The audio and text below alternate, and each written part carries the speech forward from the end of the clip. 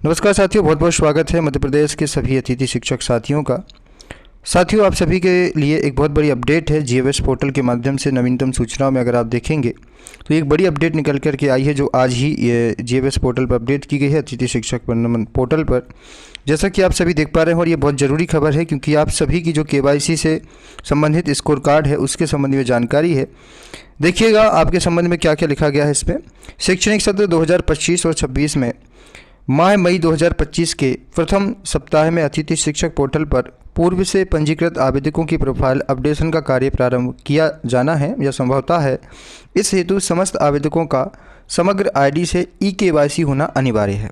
तो अगर आप लोगों की जो समग्र आईडी है, अब यहाँ पर जितने भी अतिथि शिक्षक हैं 2025 और 26 सत्र में जो पढ़ा रहे हैं, उनके लिए अपनी प्रोफाइल आईडी का समग्र आईडी के साथ ई-केवाईसी होना अनिवार्य है। बिना समग्र आईडी केवाईसी के आवेदकों का स्कोर कार्ड जनरेट नहीं होगा। इस हेतु सभी आवेदकों से निम्नानुसार कार्रवाई अपेक्षित की जाती है। पहला पॉइंट है, मध्य प्रदेश के निवासी उपलब्ध समग्र आईडी को लेकर के लिंक से जो है आधार कार्ड से लिंक कराना सुनिश्चित करें। आपकी जो समग्र आईडी है, फैमिली आईडी है, उसको आधार कार्ड से लिंक कराएं। इसके लिए यहाँ समग्र पोर्टल का जो है लिंक दिया गया है। मध्य प्रदेश से बाहर के आवेदकों हेतु भी समग्र आईडी जनरेट करने की सुविधा समग्र पोर्टल पर उपलब्ध है, जिसके माध्यम से आवेदक तत्काल समग्र आईडी समग्र पोर्टल से जनरेट कर सकेंगे। अन्य राज्य के निवासी समग्र आईडी हेतु दी गई लिंक का प्रयोग कर सकते हैं। अन्य राज्य के लिए दी गई लिंक इस तरह है। दिनांक 30/4/2024 तक अनिवार्य रूप से इसे पूर्ण करके सुनिश्चित करें। तो ये एक बड़ी अपडेट है कि आप सभी की जो समग्र आईडी से आपका अगर ई-केवाईसी नहीं हुआ है तो आप सभी का जो भी आपका स्कोर कार्ड है, क्योंकि अभी आपको पता है वर्ग 2 की चयन परीक्षा है, वर्ग 3 की भी चयन परीक्षा होने वाली है। इसीलिए ये बहुत ज़रूरी है कि अगर अपना आप स्कोर कार्ड लेना चाहते हैं, क्योंकि कहीं ना कहीं आप सभी को स्कोर कार्ड की अति आवश्यकता होगी अगर आप दस्तावेज वेरिफिकेशन के लिए जाते हैं। तो पहला काम क्या है? पहला काम है आधार कार्ड के साथ में आपका पहला काम क्या है? समग्र पोर्टल पर पहले आप आधार कार्ड से लिंक कराइए, समग्र आईडी को आधार से लिंक कराइए। इसके बाद आपकी आईडी जो है समग्र आईडी, उसका ई-केवाईसी होना चाहिए आपके पोर्टल से। यहाँ लिखा हुआ है साफ साफ, अतिथि शिक्षक पोर्टल पर पूर्व से पंजीकृत आवेदकों को प्रोफाइल अपडेशन का कार्य किया जाना संभवतः बताया गया कि मई के पहले महीने में होना है। इसलिए आप ये सब काम 30 तारीख तक कराना अनिवार्य सुनिश्चित करें।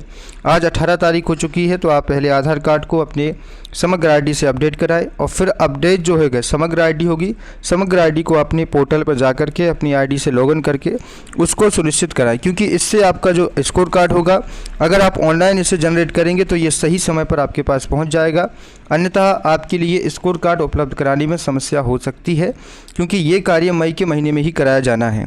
इस संबंध में यदि सूचना जारी की गई है, इसके लिए आगे कोई भी संबंधित न्यूज आती है तो मैं आपको ज़रूर बताऊंगा।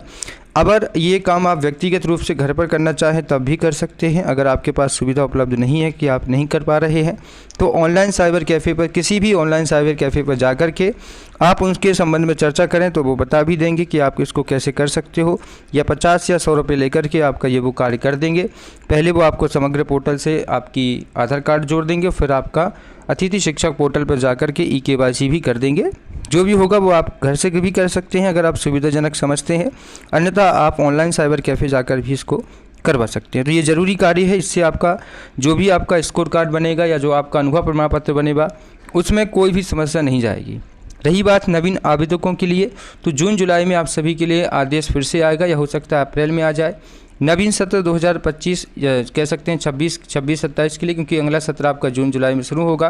तो 25 और 26 के लिए कह सकते हैं कि आपका जो सत्र होगा उसमें आप सभी को 26-27 के लिए नियुक्ति दी जाएगी। फिलहाल इस वीडियो में इतना।